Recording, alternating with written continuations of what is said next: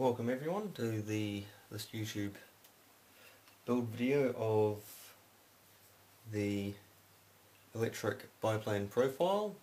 Generally I refer to it as the E-BP. I'm just going to go through and build it, video it, post it, something different. Just over here, out of camera frame, is the full set of plans. There are available an A4 set, which obviously are just tiled and you tape them all together. Seeing as I've got the original files, I can actually take them down to my local commercial printers and get them printed off full size in A1. It just makes it a little easier for building, I find. Also all the rib printouts, and more importantly, which I'm going to start off with, are these. These are the templates for the 1/4 inch ply motor mount. Now, I'll warn you, I actually work in both metric and imperial. I'm in New Zealand, so everything here is actually metric, but I build my planes imperial just because I find it easier to work in inches. I'm kind of messed up that way. I'm just going to start out with the motor mount, this is a piece of 1/4 inch birch ply, and that's basically what I'd recommend. And just, yeah, I mean, if you don't know how to cut things out, you probably shouldn't be building a plane. So I'm just using a normal glue stick to glue this on, and I will just cut through the paper once I get this lined up, if it doesn't stick first.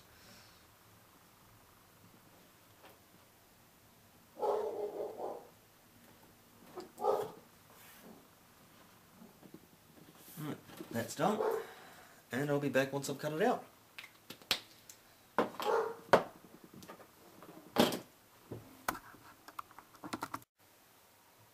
Right, we're back, having just cut out our 1/4 inch plywood parts.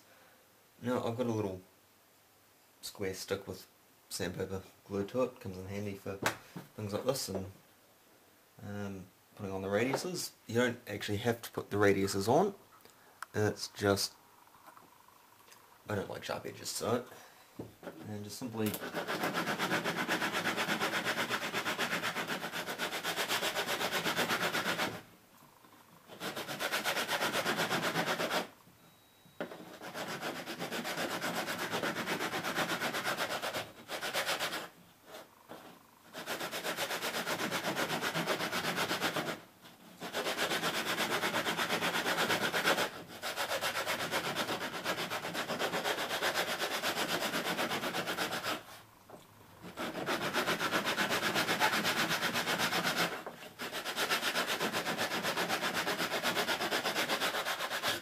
the other option is, if you've got a bench sander, you can use that to do it.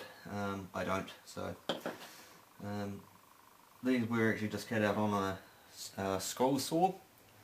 I don't terribly like them because they're not very good at doing straight lines, so hence I've tried to keep the machine cut parts to a minimum, and yeah.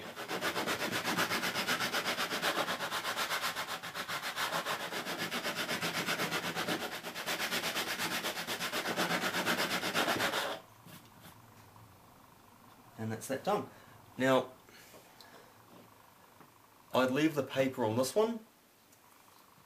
Just, you can drill, if you drill them all out, then you can take the paper off. I'm not going to till later on, because this doesn't get put on, glued in place, until after the fuselage and everything's actually covered. So now with this one, you will need, if you've done all the cuts to the drawings, you will need to actually take the paper off for it to fit,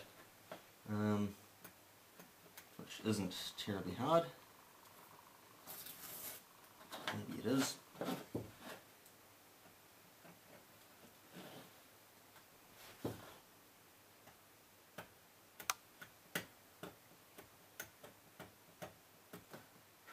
And once you've got most of it off, you can just sand it off, which which I'll do now, and back in a second.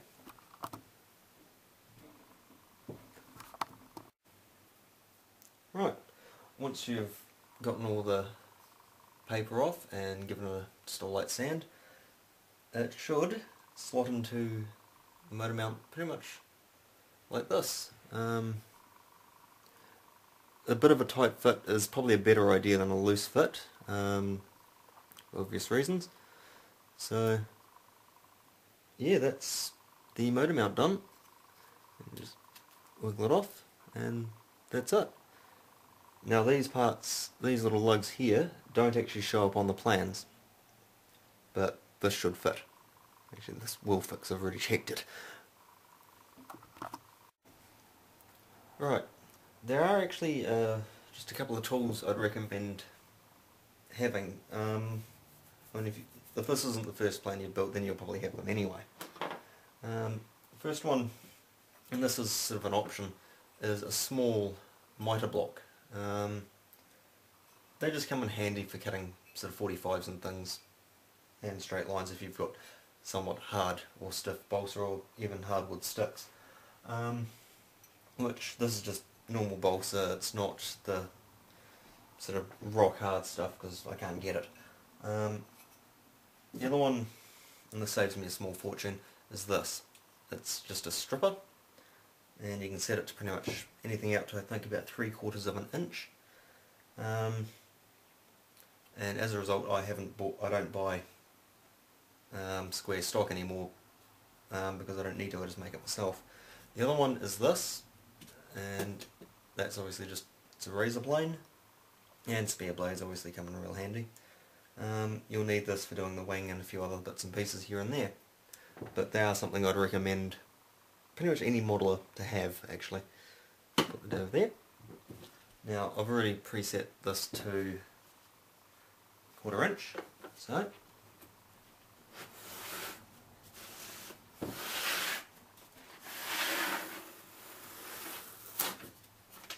Right.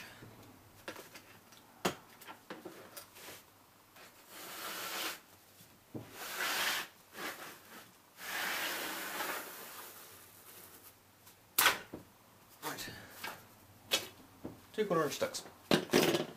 Yep. Now I'm going to start with the fuselage. Now just something that I'd recommend doing is a small 1/4 inch offcut,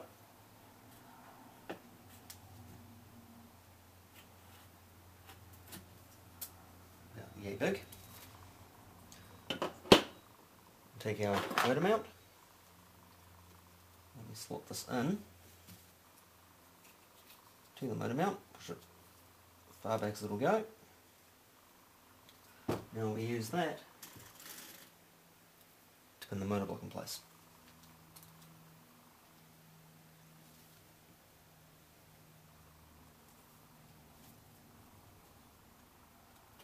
Just be careful not to glue it in. Now, I made this block with quite a large cutout in it for the extended motor shafts that some motors have. This is in fact the motor that I will be using, and most of them have the shaft out here. I'm pretty sure there's actually enough room in this cutout here that if you were to say run a variable pitch prop, you'd actually have enough room in there for the push rod. Right, step one. Now start with, now I've actually got the plans upside down, it's just because it gets a little easier to get to. Now most of the glue for this will be thin CA, which I'll just grab.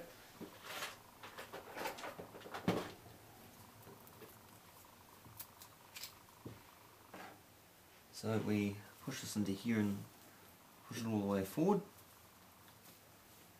and just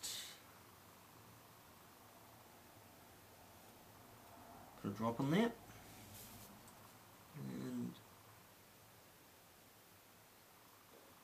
bead along that. Let that set off, which you can see so it doesn't take long.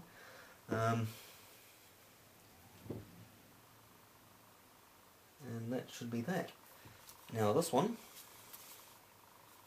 I do set it up.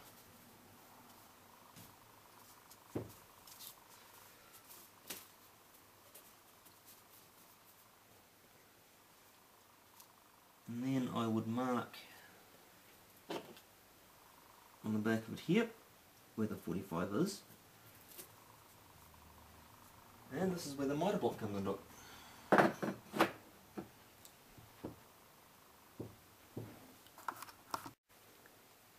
And then obviously once that's cut, yet again, tin C8, make sure it lines up, and just drop in the front. And just run a quick bead along there. You'll probably need to do the other side, but I wouldn't worry about it too much because this whole thing will be skinned in quite thin balsa just for a little bit of extra rigidity. Now, when we get back here, we have servo rails. Now this front one here, I wouldn't put in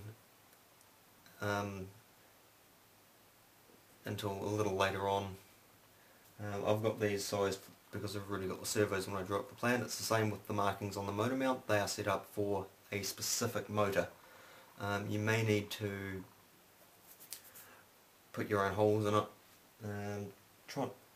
And same with this here. This forward servo mount may need to be moved depending on the servos that you're using. So,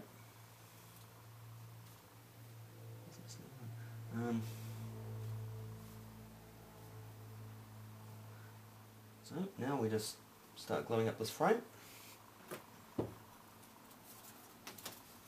we'll go from there.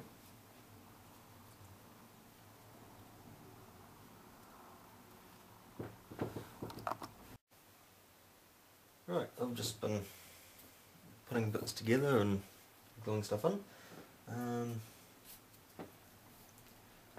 Some of the parts that you will do aren't as critical as others. These uprights here, let's go there, there, there and there, and that general area is reasonably critical because this supports and will actually line the wing up. These parts here, not so much, they're just for aesthetics and also just a little bit of structural bracing. So I wouldn't worry too much about getting them exact on. So,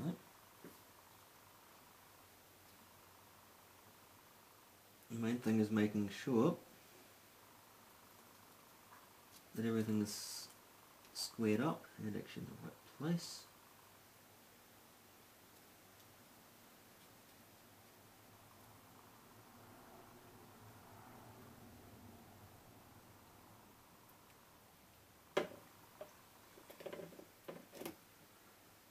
And just another little trick to get these bits here just to hold in properly.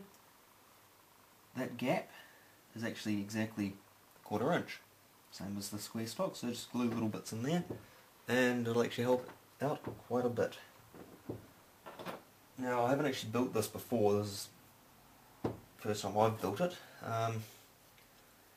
and as I'm finding out, there's a lot more cutting and sanding and everything than I thought there would be. So, if you've got the patience, go on here. Hopefully, by the time this video gets posted on YouTube and it's all finished, I probably would have actually flown it by that point. So, but we'll see.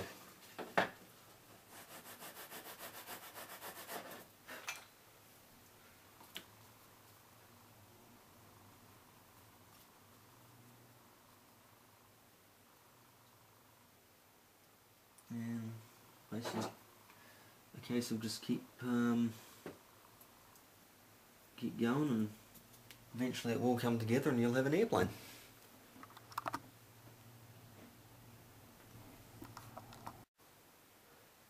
Right, as you can see, it's starting to come along quite nicely.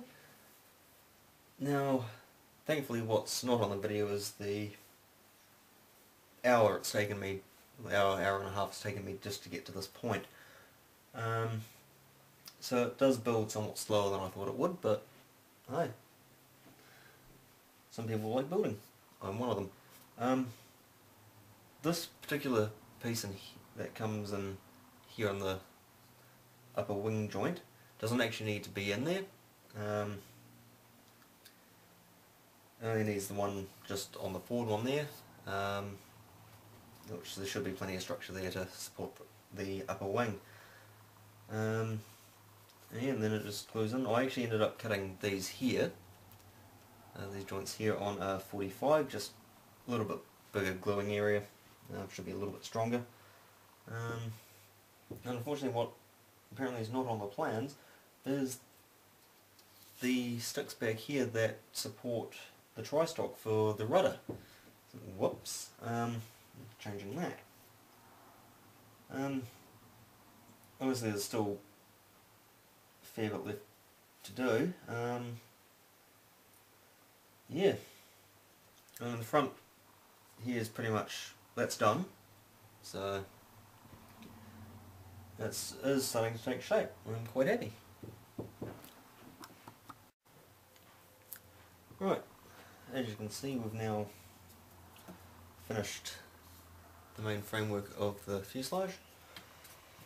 Now, this is 1mm balsa, so it's pretty thin, which, as I said, it's going to get skinned in thin balsa. Now, and this is pure coincidence, this sheet just happens to be the exact same width as the two sides of the wing saddles. So, all you need to do is line up the top, well in this case this is the top, and line up the front. As you can see, I have actually done a little bit of just rough pre-cutting. So now once that top piece is lined up, just quickly take it in with a little bit of CA. Now push it down just to make sure it's all nice and flat. Next one's up. Drop in there. Drop in there.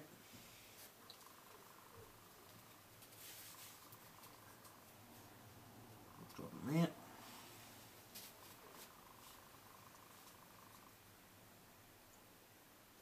Quick drop in there. Now,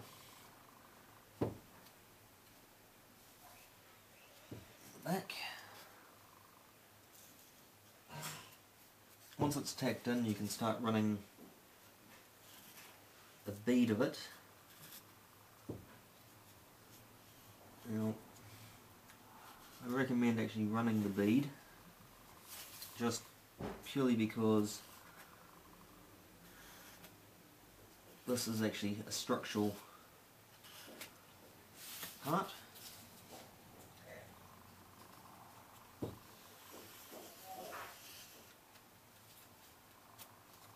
And just make sure when you run the bead you just hold it all down and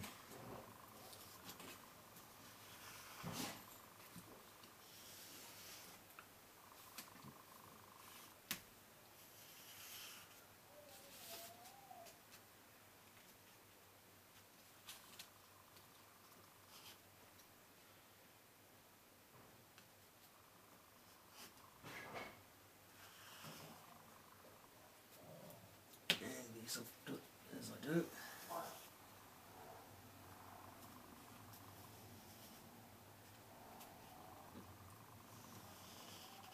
Now, the problem with glue is it's heavy, so you sort of got to have a bit of, you've got to put it in enough so it glues down properly, but you've also to try and keep the weight down. See, 6 1/2 does on the other. Now that's more or less glued and it's nice and straight, you have a somewhat hugely more rigid airframe.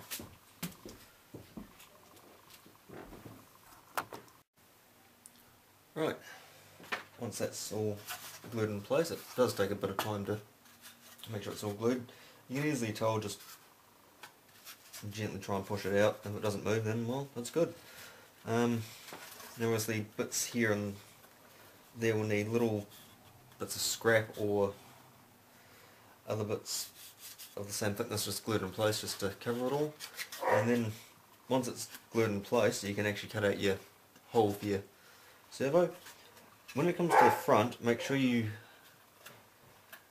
cut out a slot there so as the motor mount can actually fit in and won't foul on the balsa skin. And that's just these little bits here to do, and I'd leave them until after the wings built, and you can actually, I'll get to that once the wing's built and I'll show you why. As for skinning the cellar side, I'd leave that for now.